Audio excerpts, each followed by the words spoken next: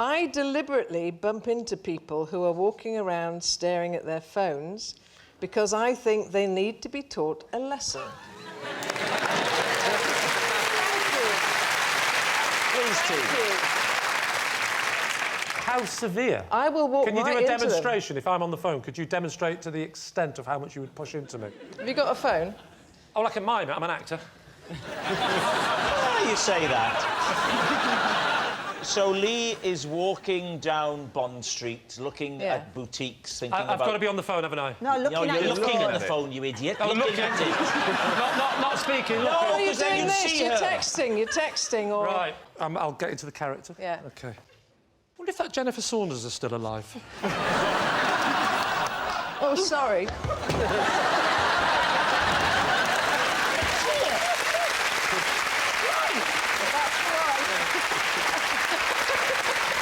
That was strong. That was strong. Oh, she's still alive. He's such a subtle and truthful performer, isn't he? I'm presuming you've got a phone, and you look at your phone sometimes. I stand still and to the side. Thank you very much. Oh. I'll tell you what, that's very self-righteous from someone who steals from nunneries. What do you think? Is she telling the truth? I think that's true. Yeah, I think true. I wasn't sure, but now I've had the feeling of it from her. I think we should all start doing it. I think you could probably do it while looking at your phone, actually. Yeah. If you sort of glanced up, well, there's someone looking at their phone, look at my phone, someone... It'd be great. And then that's great, because you could do it while getting on with stuff on the go. We should invent an app that shows you people in your area who are looking at their phone. Yeah. But so you can see exactly there in front of you. Yeah. Well, where is this inattentive moron? So what are you going to say? I'm saying it's true. OK, Jennifer, were you telling the truth or were you telling a lie? I was telling a lie.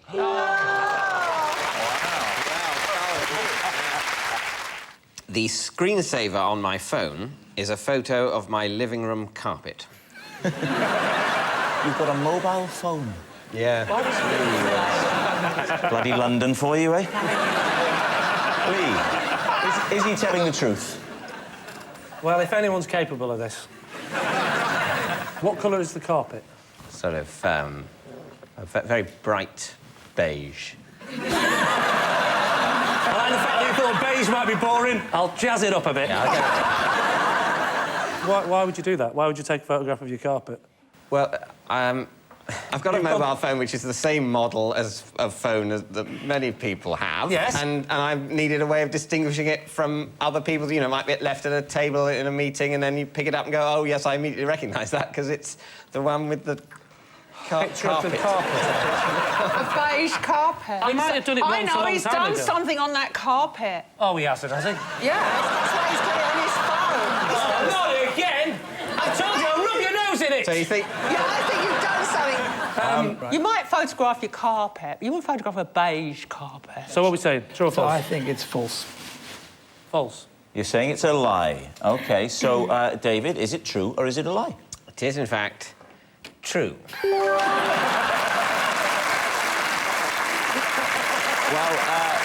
David, the obvious question... Would you please whip it out and let us have a look? Absolutely. There we go. Oh, we have a close-up, actually. And there it is.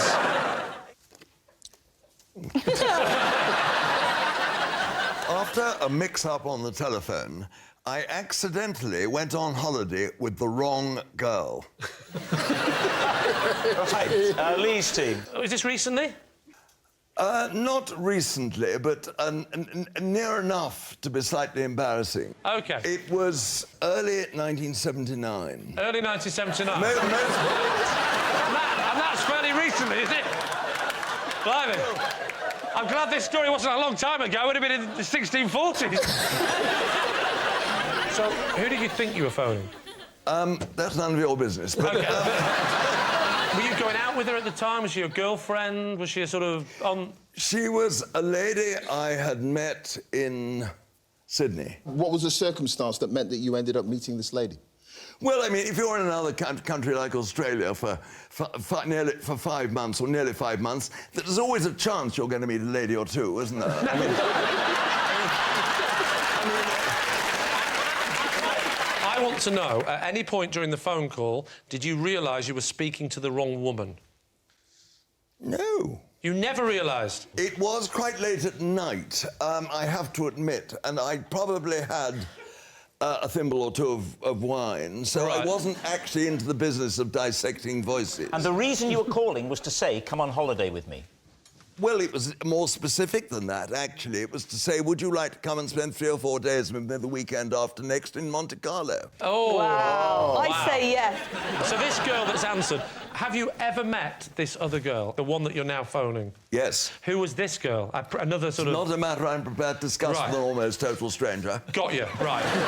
So, just to clarify, you're sleeping with both of these women. Can I ask, is that a question or a statement? It's definitely a statement. We A all statement. know. We're all reading In which between case the I lines. can ignore it. Yes. You've got this other woman's phone number. Now, you've phoned her up. Woman number 2 answers the phone. How long does the conversation go on where you think it's woman number 1?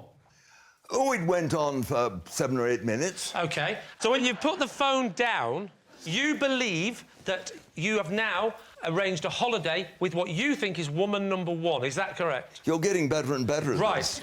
Now, when is the next time you speak to woman number 2? I went, in fact, 10 days later to Heathrow, and you know how it takes. You get there and you meet someone. I'm sure everyone here will understand exactly what I'm saying. And you see people come through and you wait forever and you look at the wretched board that says the thing has landed. And you wait and wait and wait, and no one came at all. No tall, voluptuous blonde. I couldn't see anything like that. And then I did see a rather... I don't mean the word dumpy in an uncomfortable way. Maybe that's slightly the wrong word.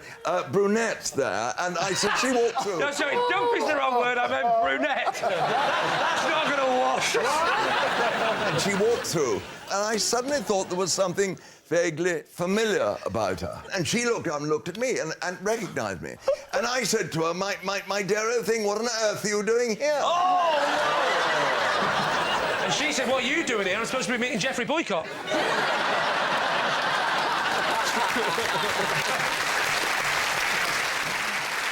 I said, my dear old thing, what on earth are you doing here? And she said to me, don't you remember ringing up and asking me to come to Monte Carlo for the weekend? Oh, no. And you know what was so awful? God. Was that I couldn't remember her name.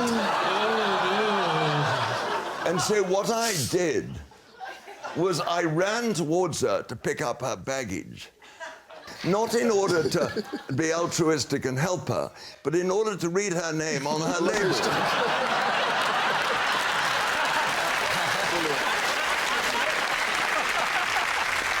Henry, I just wondered, how was the weekend? Interesting. It wasn't what I would call a Grand Prix weekend, exactly. We had one or two rather sort of unenforced pit stops.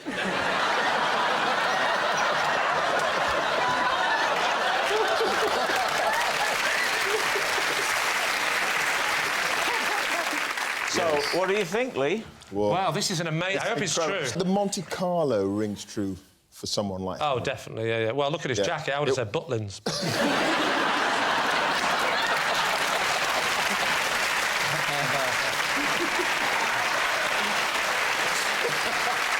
So what are we going to say? I think it's Lord. true. I think Well, it's true. I think it's a lie, but I want it to be true, so I'm going to Right. say true. All right, you're going to say it's true. Henry, was it true, or were you telling a lie?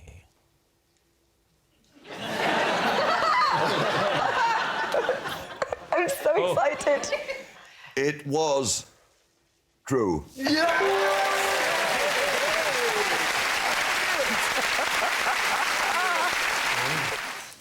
I used to put on a different voice on the telephone and pretend to be my own agent. Oh! Let's have it, then. The voice? Imagine I've just rung up. Hello, I'm the people that want to book Rob Brydon. Yes. How much would he cost? His name, I used to call him Richard Knight. And Richard used to talk like this, and he'd say, listen, love to help you out, but at that price, we're really not going to make much movement. And I once did a charity gig, and... It's a lie. He's never done charity gigs.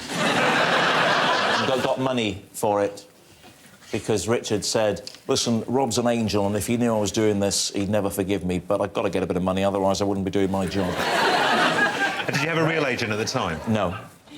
So, how many phone numbers? Do you have a separate phone number for your fake agent? Or was it just your when normal phone? I used to work at the BBC in Cardiff. I was on the radio, I used to be a DJ, and if they got through to the office, I would then phone back under the guise. When it came to important meetings, did you have to, like, take a disguise and sit there and go, oh, Rob's in the toilet at the moment, but when he gets back, I'm sure you can discuss with him. I'll go and get him now. Oh, I believe my agent said I could do it. I do all the voices. Ask me what it would be like if I was talking to Ronnie Corbett. Or Tom Jones, I can do it. You don't believe me? Ask my agent. I'll go and get him. I assume you've got an agent now, so why did you decide to... Well, I didn't have one. Yeah, I have one now, but I didn't have one then. What convinced you needed one? Was it working? Because it's very difficult to do your own negotiations and not come across as an horrible person when you're asking for money. But if it was Richard Knight saying, listen, I'm just doing this, Rob doesn't want money, but I got to get money for the guy. But they didn't know it was you. That's my whole point, you idiot. That's what I'm saying. Did you have anybody else on your books?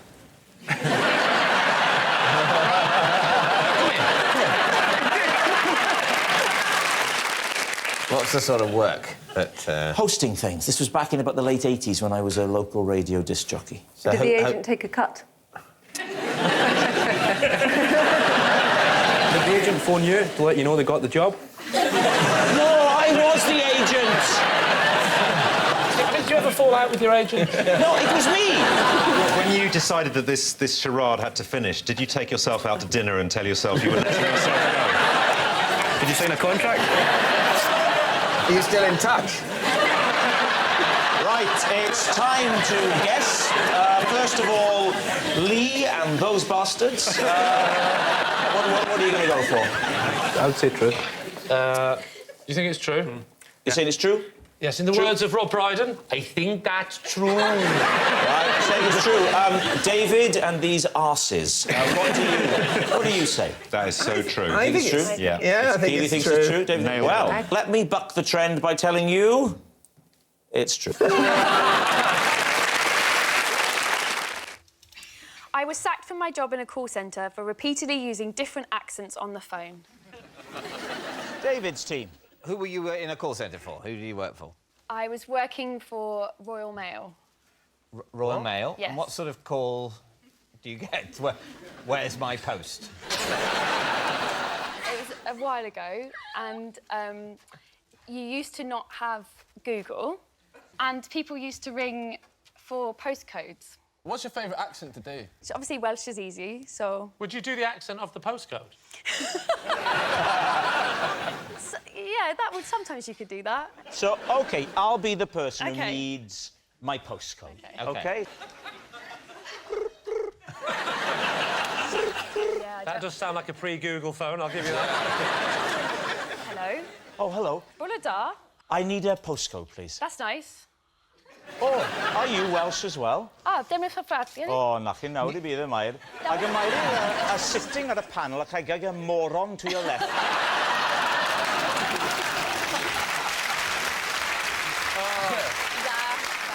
Can you give me the full address, please? All right. 14 Mack Avenue. Oh, now where's that now? It's just round the corner from Success Street. 14 Mack Avenue, Deadsville, Nowhere Town. I'm afraid... Oh, it is in Wales. Oh, yes, that's very near Swansea. The postcode you require is S for Sugar, W for Wilson, 8, R for Robert, B for Bertie. That's a lot nearer Wimbledon than I expected. SW. Well, I wasn't always right. David, why don't you make an inquiry? OK. Hello. Well, hang on, you've got to ring her first. That's really good. The sooner this is privatised, the better. Hey there, hello. Hi. Oh, hello, Wasn't expecting to speak to an American. No, I know. It's exciting. I just came over here and I got myself a job. That's very good. That's Were very you good. working 9 to 5, by any chance? How can I help y'all? Well, I would How like... y'all doing there? You have a nice day? It's so hot here in London, I can't tell you. I'm sweating like a pig. Well, hang on, it's not one of those lines, is it? Yeah, it's real hot here. I might just get out of these hot clothes. In which case, at the other end, you'd hear, really? Oh, gosh, well, I certainly wasn't expecting that. So how did they discover that you were doing these voices? I didn't know, but they were listening in to check. For training purposes? And so they were listening in for a week on me. Look, I have as much of a sense of fun as the next man. But that's... I hope it's not him. That's very disrespectful to your employers. They were paying me, like, $4.60 an hour, I think.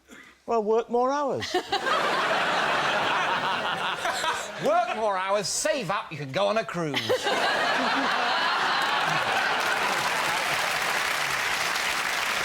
So what did they say to you? What did they say to you? They took me aside, and there was going to be, like, Christmas break, and they just said, we're asking everyone back after Christmas, but we're not asking you. I should have said, that's fine, sugar, I don't even care. But, So what do you think? Claude? No, you have to say it out loud. I think it's a lie.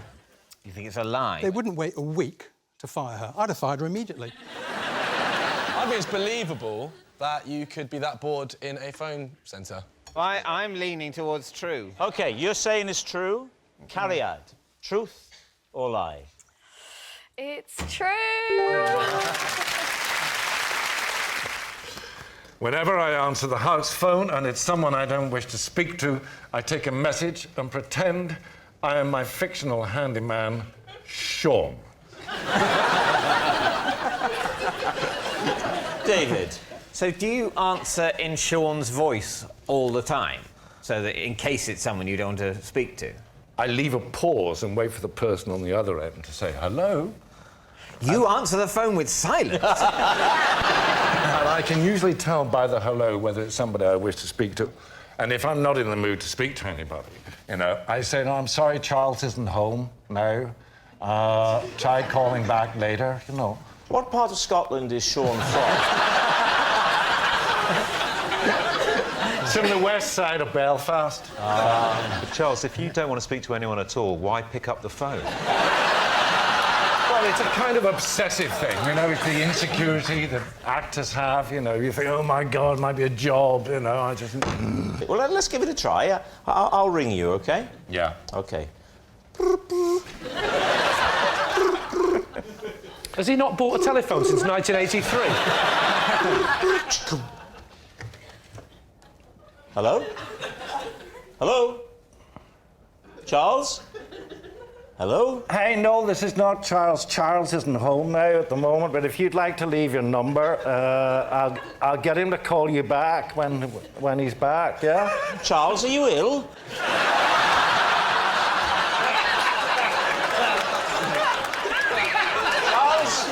Charles, I'm calling for an ambulance now.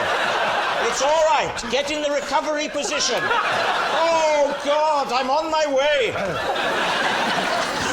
So, what are you thinking, Stephen Mangan? I can't see that. Who picks up the phone and doesn't say hello? It's an innate human instinct, isn't it? You can't pick up the phone and go... I know I'm Sean. Izzy, what do you think? I don't think you just pick up the phone and not say anything. The person might be able to hear you breathing. It all gets a bit creepy. So which way are you going to go with this, David? I think we don't think it's true. You think it's a lie? Yeah. OK, Charles, truth or lie? I'm afraid it's a lie. So please welcome this week's special guest, Mel.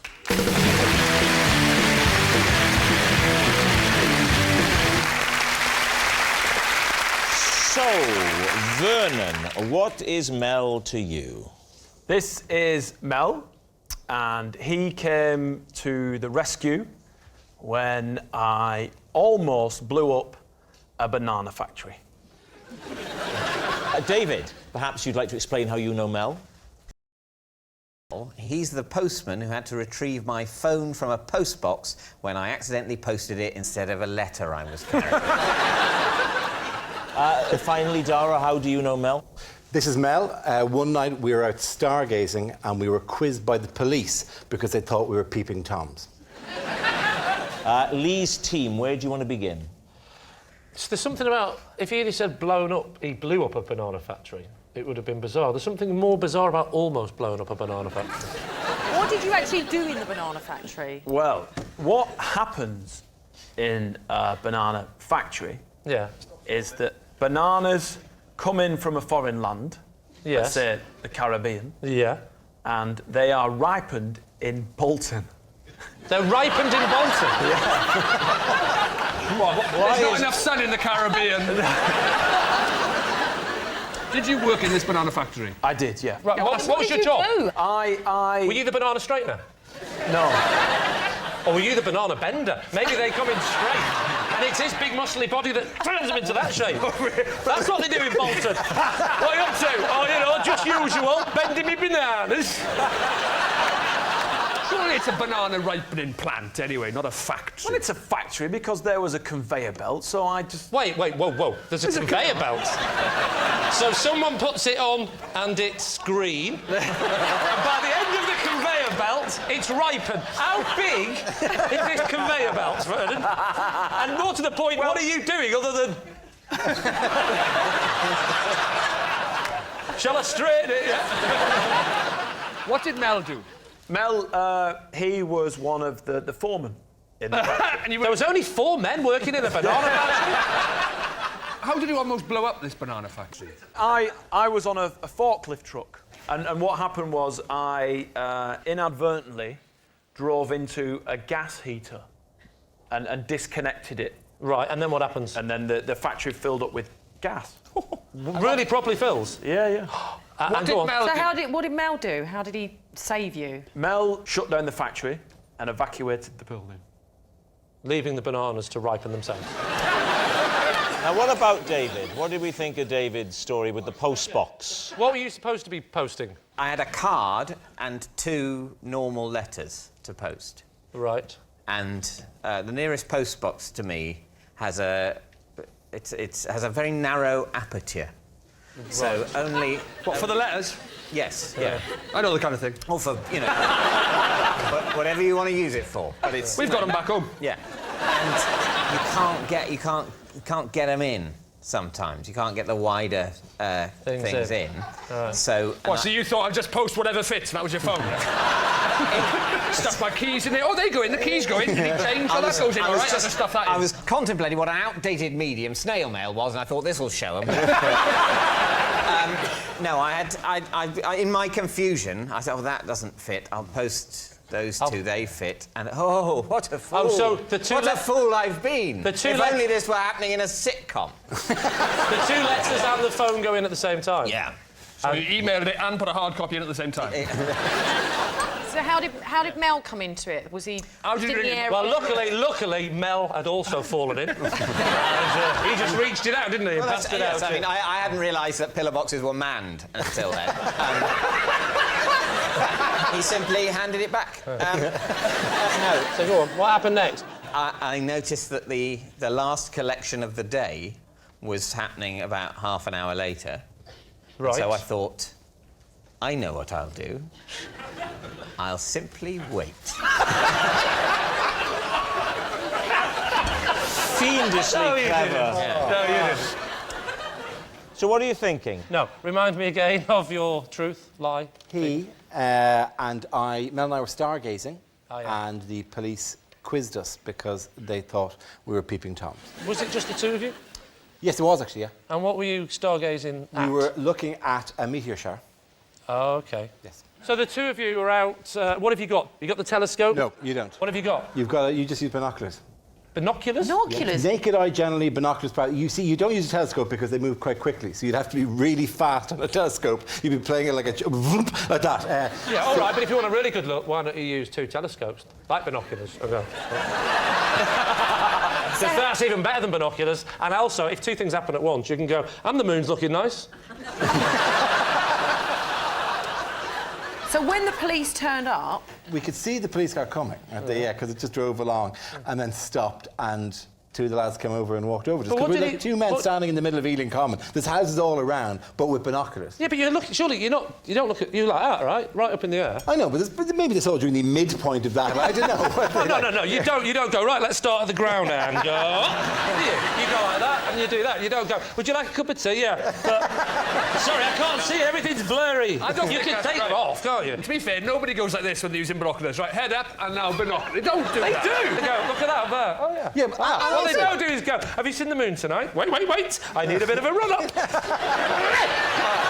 Don't forget Dara's face moves independently from his head as well. That's true, yes. He can swivel his face. Nothing. And look at the woman in the bathroom behind, it's true.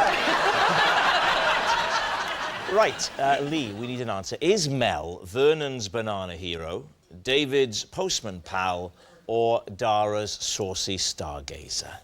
What do you think? I think the difficult thing is that Mel's got a tan, but you can get a tan in all three of those jobs. Well, he's going to the Caribbean a lot to pick up bananas. Stargazing, you can get a tan off that if you're out there long enough. And a postman, outdoors all day, yeah. You know that stargazing is done predominantly at night. There's not a shadow of a doubt in my mind that Mel worked in the banana factory. OK, you're saying banana man. I definitely, if I saw Dara and Mel on Ealing Common, I would think they were a couple of pervs. But Dara could have said, it's OK, I work in TV. And the police would go, well, that makes it impossible then. So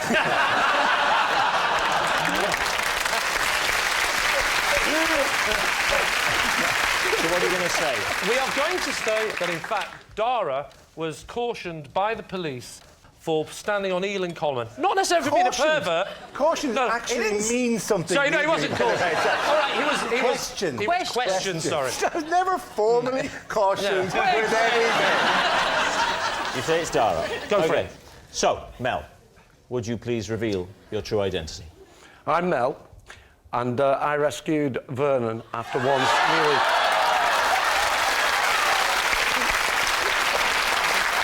Yes, Mel is Vernon's banana boss. So, how dangerous was this? Were you just seconds away from bang?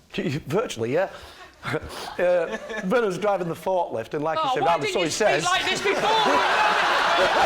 Why isn't he allowed to speak? Now, what was Vernon known as within this factory? Little Vern. Little Vern? Little Vern. Oh. Stand up next to Mel, Vernon, and let's see Little Vern now. Mel, thank you very much indeed. I used to call strangers on the telephone and convince them that they were talking to Nelson Mandela. David's team. Why? Because everyone loves Nelson Mandela. But is it... I mean, how often did Nelson Mandela cold call people? Were you selling anything as Nelson Mandela? No, just... He wasn't pretending to be Nelson Mandela during his telesales period. Right. How did you start the conversation? So if I've answered the phone, hello? Hello, Richard. It's Nelson Mandela! What will you say next? How are you, Richard? I wanted to thank you for fighting against bad things. You haven't seen Top Gear, have you?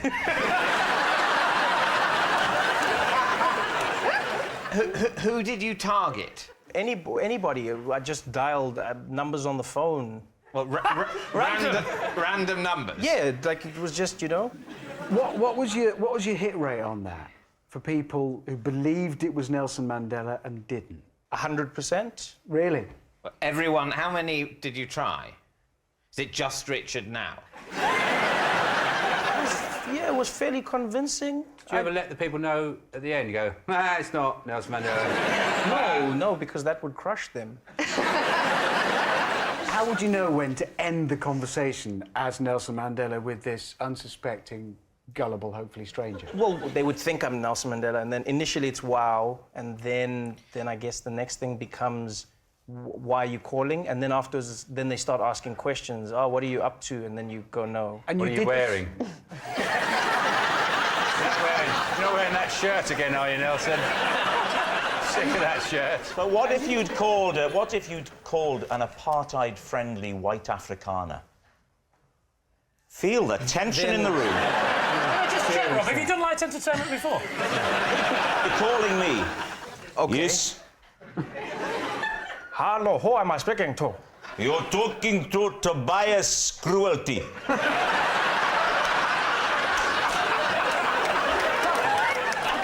This is some of my best work. We're just glad it's someone else other than Ronnie Corbett for a change.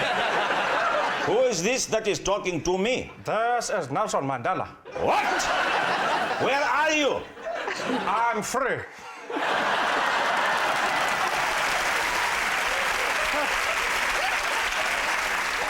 Are you sure you're not Morgan Freeman?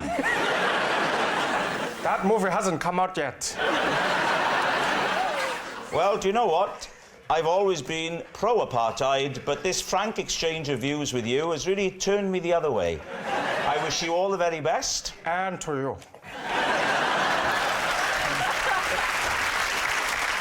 So what do you think? Could this be true? I think it's true. I'm thinking it's true as well, yeah. So you're saying true? We're saying true. You're saying We're true. definitely saying all true. right. Yeah. Trevor, truth or lie? True. Oh dear. I am absolutely repulsed by beards.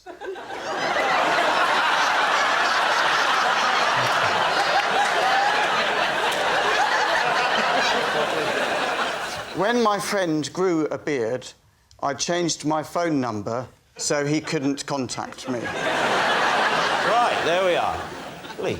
What's his name? His name is Ben. Ben? And what did Ben do? Well, he used to be a child. Then when he got older, he was a tree surgeon. Right. So, what is it about beards that you find so repulsive? Well, it's just... like the idea of touching a beard is horrible, and it can't be hygienic. I mean, there must be dirt in it. Look to your left. I think you'd have to go a long way to find a better, more respectfully kept beard than David Mitchell's. But David Mitchell can afford to have a beard cleaning person. The average beard person, they don't even wash it, do they? It's all dirty, bits of egg in there and all sorts. You would obviously never consider a beard yourself, then, obviously. Oh, no, But on a windy day, surely those bits of hair around the side of your head are going to go over your face, because that's quite long hair you've got there. But they're all lovely and soft. Well... Whereas when a beard is all scratchy and thick hair. I imagine David's beard isn't scratchy. I imagine David's beard is comforting, soft and welcoming. And I invite you now to enjoy David's beard. I mean, strictly speaking, it's not your invitation to give. But you would be doing a great service to Paul. No, I would be. A troubled I would young be man. honoured were Paul please to fondle my face. Paul, knock yourself. Leave it to me to invite him. Well, go ahead if it would give you pleasure. It does not give me pleasure. That's the whole point. I hate it. But you know. Oh, he's doing it. He's doing it. He's doing. If this is going to make you throw up, we can both do without that footage on YouTube. Did you tell your friend why you changed your number?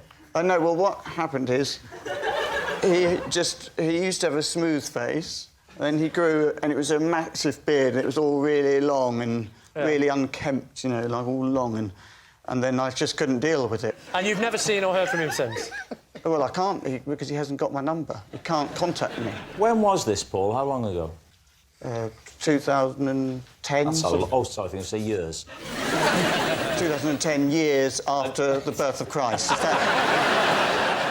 I mean, you picked a good example. If you saw an image of Jesus Christ, would you have problems looking at it because of the beard? Or does it have to be a friend that's in your personal space? I mean, Jesus isn't my friend in that way. He is, Paul. Yes. And And he's yours, too. But not yours, Lee. All right, so what's it going to be, Lee? Is it true or is it a lie? What do we think? True. Absolutely, every word of it. It's a lie. It's got to be a lie. You've done the opposite again. OK, so you're saying it's a lie, you're saying it's true. I'm going to go for true. You're going to say it's true? Yeah. OK, Paul Foot, was that true or was it a lie?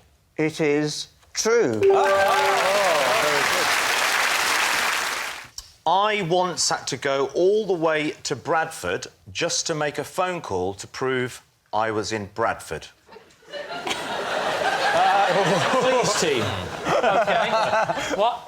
Why would you have to do that? Why? Yes. First of all, where were you living at the time?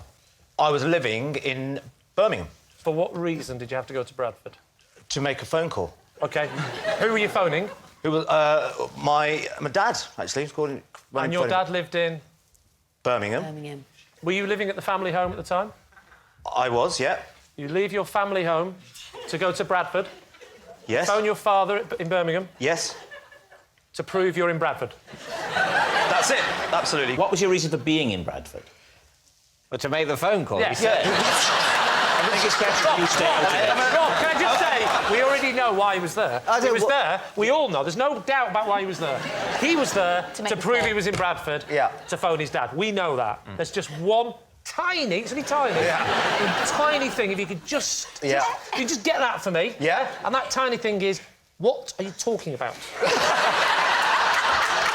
Just that. Once I've got that, the rest of it is all in place. It's just that little thing that I want to know. All right, I'm working that out. Yeah. OK, I've got it. Why did you need to prove to your father that you were in Bradford? Sorry, don't, Rob. I said that exact sentence. Don't make it out that I was going, melons! I'm just one of life's natural communicators. I'm able to convey it. Unless Adil's going to say to me, if only you could say it in a soft Welsh accent, I'd understand. None of that made sense, you interpreting for me. Could you put it in a Welsh accent and then we could try? Here we go.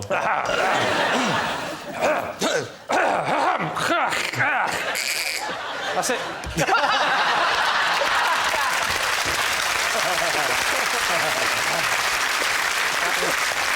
So the question, Adil. Yes. Yeah. Why? Why were you in Bradford? Why? No! I know what he's going to say. You're trying to trick me here. Where were you, specifically? Don't say Bradford. Whereabouts in Bradford were you? When I called him, I was at the coach station. Why did he need to know you were at Bradford coach station? Because that's where I told him I was going. Why? Where are you going? I told him I was going to a university open day. At Bradford? At Bradford, right. yeah. Now, am I right in saying that you weren't really going to this university open day? You were lying to your father. Yeah. So you were going to Bradford to Were you going to pretend you're Bradford at all? I wasn't intending to go to Bradford. Where were you intending to go? Birmingham. But you were already in Birmingham. I know. Yeah. But you had to go to Bradford because you'd see the number come up on the phone? Yeah, that's right. Thank you. Thank you very much. What was happening in Birmingham to stop you wanting to go to Bradford? I wanted to go to a gig in Birmingham. Music gig? Yes, that's right. It was an Asian club night. My dad thought I was at an open university day in Bradford. But I was in Birmingham to go out to this club night and I just happened to bump into my dad. And he says, I thought you were supposed to be in Bradford. And I said, I'm on my way. So he goes, get to Bradford. And when you get there, phone me. Yeah, make sure you call me. And you know as you're going, the only reason is because you know the number is going to be recognised, as opposed to phoning from Birmingham and pretending you're in Bradford. Yeah, because I was worried that he might try and call me back. So, you know, you get to a phone box. I see. And then he goes, let me call you back, son. What did you do? I couldn't get back because I've got a late coach. Why don't you just go to the Open University, whatever it was? Well, I didn't want to go to the Open University. I want to go to the club night. But you're not going to the club night, that's it. You can't go to the club night. There was no university thing. I'd made that bit up. Oh, it wasn't even... You made that up? Oh, you'd made it up? Yeah. So, you're in Bradford. Yeah. It's the evening. Yeah. What are you going to do? Well, basically, so I realised that, you know, what do you do if you're on your own in Bradford? You go and find a fellow Asian, you know. So I went into this pizza place near the station, and I just sort of put on the role of a vulnerable Pakistani student, and just said, you know, I need help and I want pizza. And he gave you a pizza for nothing? Not only did he give me a pizza, stroke of luck, he let me stay in a room that night. Why didn't you just go back to Birmingham? Because I couldn't get a coach. It was late. It was late. If it was too late, it would be after 10 o'clock or something. So you went to the open day. There's no open day. It's a very... There is no open It's a day. very... He has told his father... Sally. I'm now all over this. Yeah.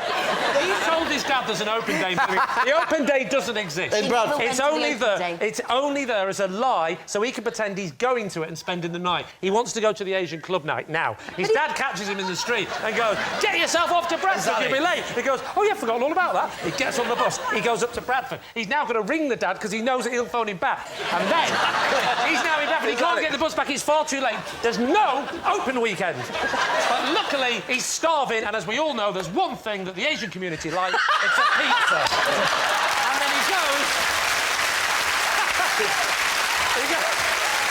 The famous Pakistani pizza! Can I just ask you, did you like the look of the university? I mean, did it appeal to you? Oh, all right, so Lee, what do you seem to know it better than him? Yes. I think it's true because he threw up a lot of smokescreen tissue, smokescreen. So he's covering up. I know what you mean. He told us nothing. He told us nothing, which is, I think, why it's true. What do you think, Bob? I think it's true. Do you think it's true? Yeah. Then I'll go with my team and say We're all it's true. going for true. OK. Adil, was that true or was that a lie? Sorry, Dad, it was a true.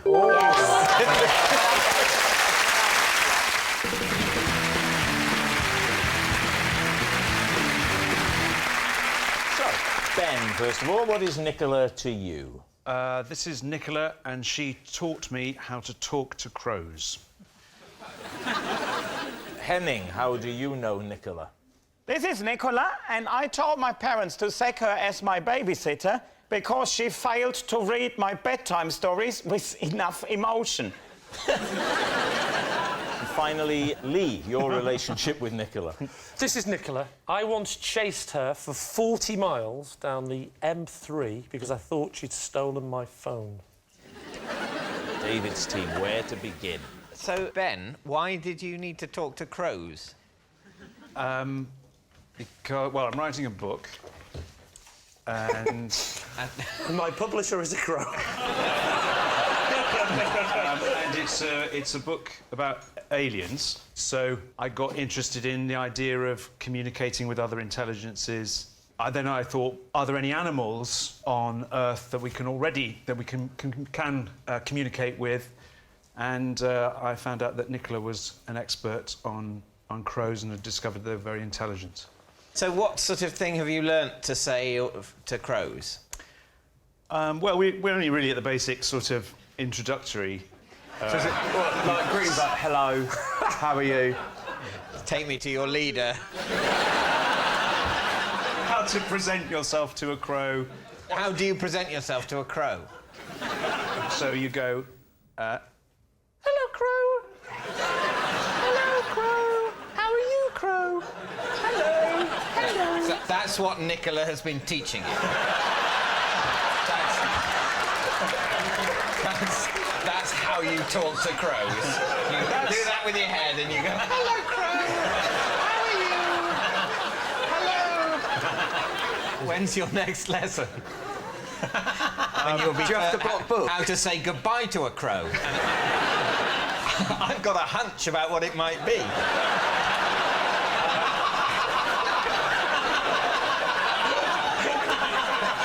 Right, David, who would you like to move on to?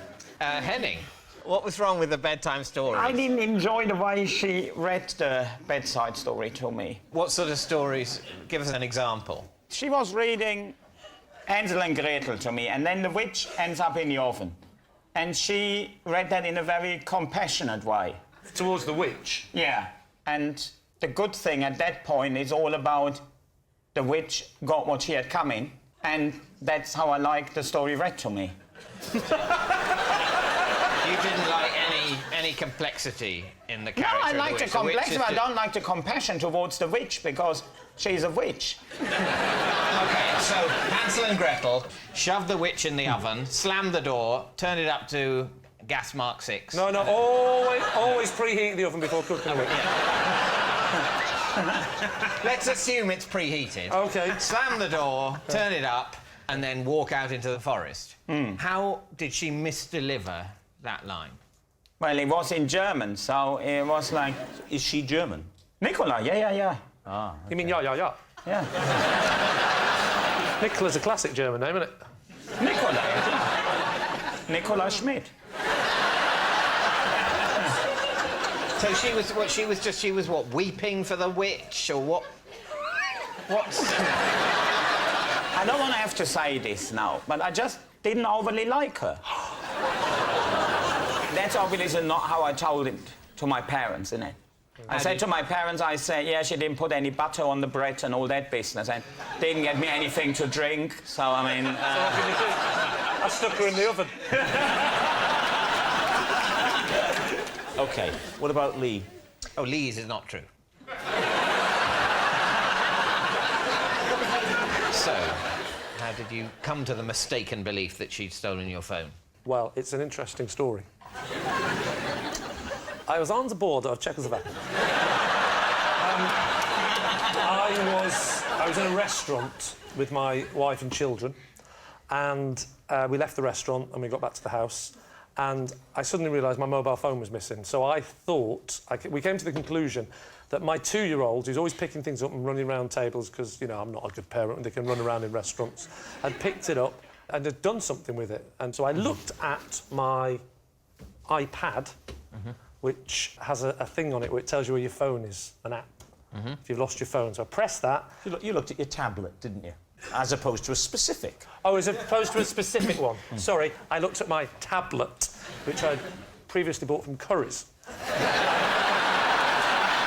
So I decided I've got one of these handheld devices. Let's call it a tablet. And on this tablet, it tells you where your phone is. Like an iPad. Can I...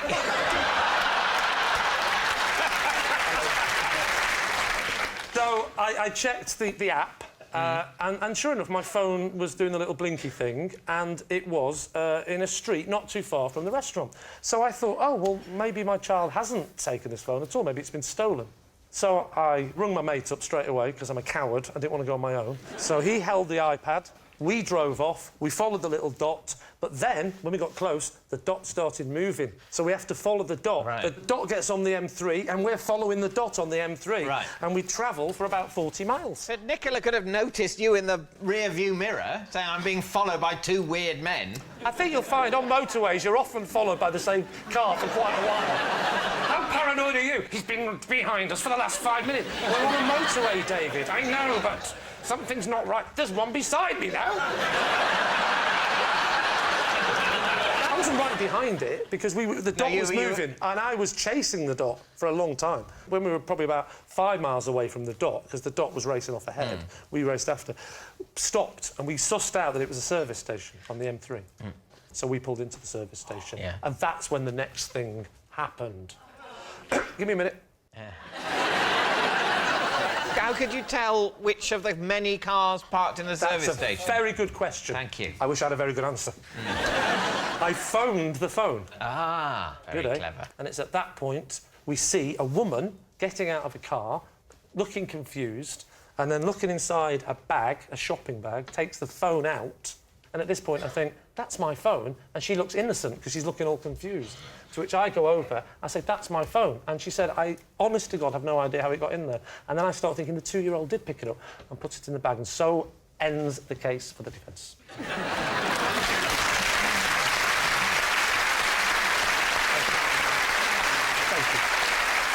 Right, we need an answer. So, David's team, is Nicola Ben's bird botherer, Henning's boring babysitter, or Lee's phone pincher? What do you think? Got a funny feeling about the crows. Yeah, I love the idea that you're spending your free time wiggling your head in front of a crow, talking in a high-pitched voice. So, sorry, you two are leaning towards believing the crows. I'm finding the crow story the least convincing at the moment. I'm not saying it's impossible. Do you believe Lee? As a matter of principle, no. I think it's probably Henning. I think Henning's could have been the sort of vicious little child. Who would have a babysitter summarily dismissed for no good reason at all. Which way are you going, Alex? Do you know what? I'm going to stick my neck on the line. I think Lee. Am I even getting a look in? Yeah. Doom? I initially thought it was Lee. Completely from the very beginning when I heard what the three things were, I went, it's definitely Lee. I'm not going to overrule. I wouldn't be surprised if it was Henning. We'll go for Lee. You're saying it's Lee with a little suspicion that it's Henning. OK. Nicola, would you please reveal your true identity? My name is Nicola, and I taught Ben how to talk to crows.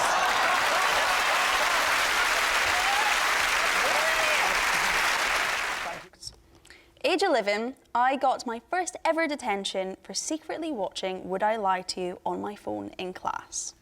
Oh. Well, that makes me feel old. Can we ask how old you are now? I'm 20. So 9 years ago. Well, this programme was on 9 years ago. Yes. I can confirm that. So, It's a family-friendly show. Family-friendly show. What lesson were you in? I was in RE. How many times had you done this? I'd done it, like, quite a few times before. Watching so us or just watching telly generally? mainly Would I Lie to You. Here's a question, then. Who was on? OK, David was on. Good start. You were on as well. Yeah, that's I'm in this. Yeah, so... Rob was on, yeah? Yeah. Anyone else? I think it was one of the episodes with Bob Mortimer. Oh, you're playing safe, Oh, aren't that's you? a very easy choice, isn't it? So, you know when you was watching this, was you streaming it or did you buy the box set? I was just streaming it. You don't have that much data. How much data did you have? You can 9 years ago. You used to get 1 gigabyte 9 years ago. I've That's downloaded 300 it. megabytes per episode. Is it? That's very specific knowledge. Yeah, man. I used to work at the Apple store. I feel...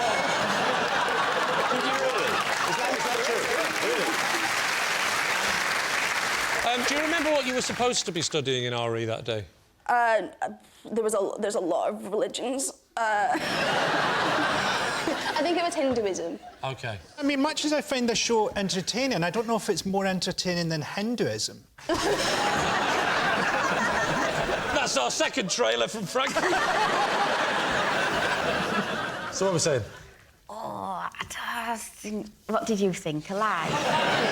I'm going for a lie. I don't think she would have been allowed her phone. Lie. Lucy? I think it's a lie. I'll go with my team. But it might be true. Oh, my gosh. Let's go with We've never done this before, but can I have a substitute? Let's go with lie.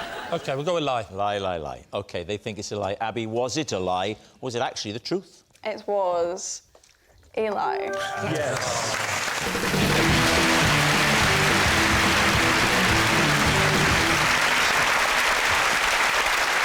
So, Hugh, what is Michael to you? This is Michael. He once tried to sell the remains of my lunch for £100. Warwick, how do you know Michael? This is my neighbour Michael, and I first met him when his shot put came over my garden fence. Finally, Lee, what's your relationship with Michael? This is Michael, and last summer I threw his phone in a boating lake. So there we have it. Is Michael Hugh's snack seller, Warwick's shot-put slinger, or Lee's phoneless friend? David's team, where do you want to start? Well, shall we start with Hugh? What was this lunch and where were you having it? It was in a cafe in Cornwall. Oh, right. That Michael used to run. And I had, I had a sandwich. I think, now, I knew nothing about this selling of my lunch until much later. Well, I was told by a friend that, in fact, what had happened was that Michael had set up this thing in the cafe called the Museum of Celebrity Leftovers. Sounds like the name of this show.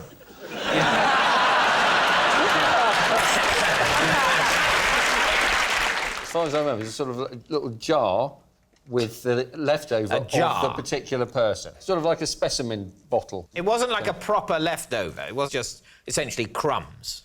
It was crumbs, then put into a glass. It wasn't just me, it was various celebrities. Who are the other celebrities that featured? Jan Leeming. tell you what, at the moment, you are the best. Yeah. Michael Winner, I think, was there. All right. And Prince Charles. Prince Charles. Do you know what Prince Charles had left? I think it was bread and butter pudding. How much did it go for in the end? I don't know. Surely you know how much your own memorabilia... The only bit of memorabilia I do know about is on eBay, my autograph, £1.35. On a £5 note, yes. Oh, yeah.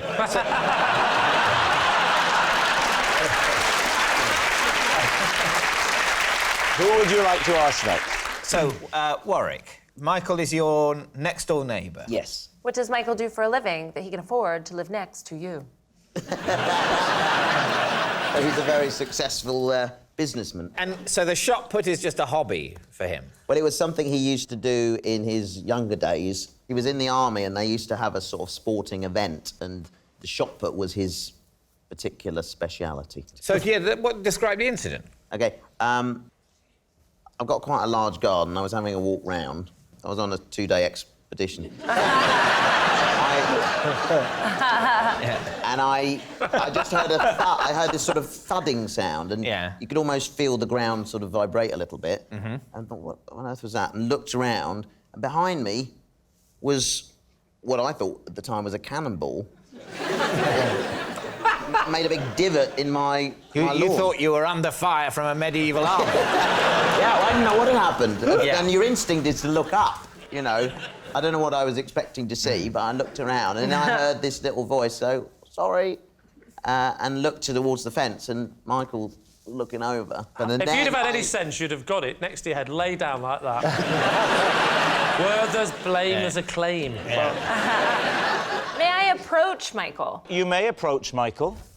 OK, so, like, one of my many talents is that I can spot wealth in a man.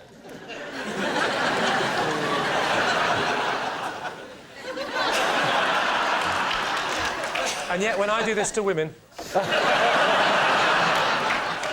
So, do you, from your inspection, Catherine, do you think that Michael is sufficiently affluent to live next door to Warwick? Where do you think Warwick lives? In Graceland or somewhere?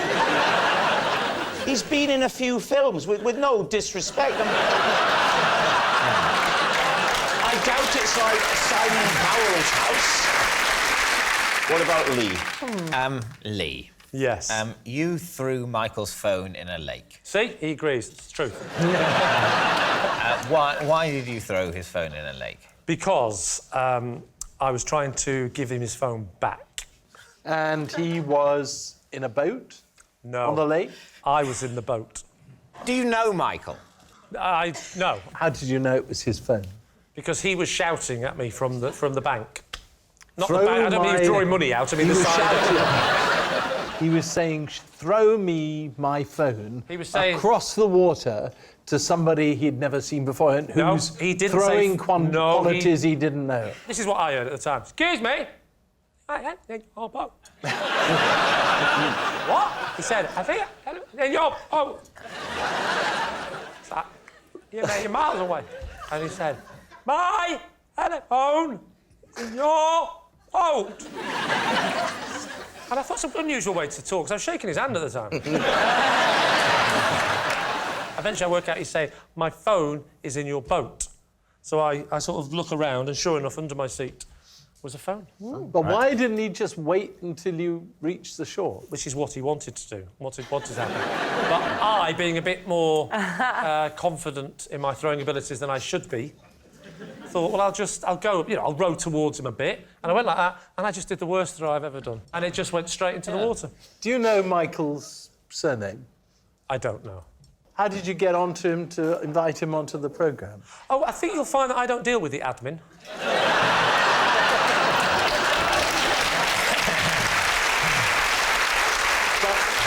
But it seems to me not absolutely impossible that the admin people would have said, that's an interesting story. Yes. Lee, what's Michael's other name so that we can get Well, you haven't heard the rest of the story, have you? Because I felt guilty And so I decided to buy him a new phone. Ah. And so I said, give me your number, because obviously, you know, his home number.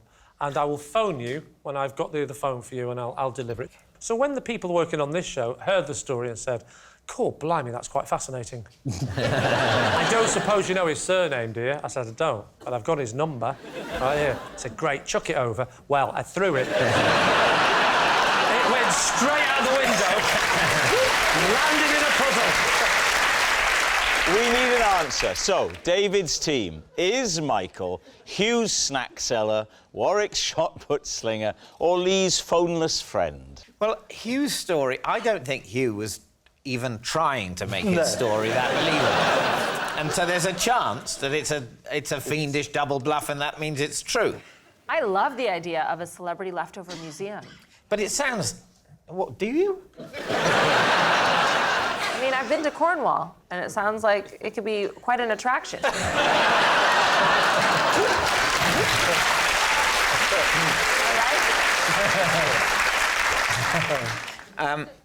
Warwick's story, that could be true. Michael, he looks like a shot putter. I mean, he wouldn't put it over somebody else's fence, would he? So what are you saying? You think it's Lee? Catherine, which way are you leaning?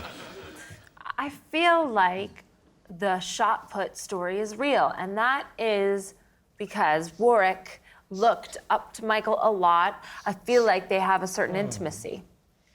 Then again, it could be on the boating lake, the phone mishap. It is. I feel like a more likely admin story as to why Michael is here after Lee throwing his phone off the boat is perhaps Michael got on social media and was like, Lee Mack threw my phone into a lake, and the show reached out that way. I don't want to stereotype, but to me, Michael looks more like someone who threw a shot put in the army a few years ago than someone who's massive on social media.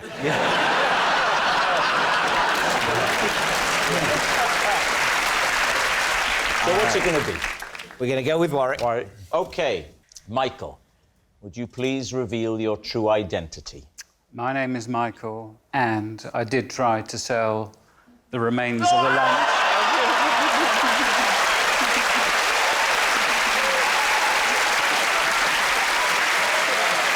Thank you very much, Michael.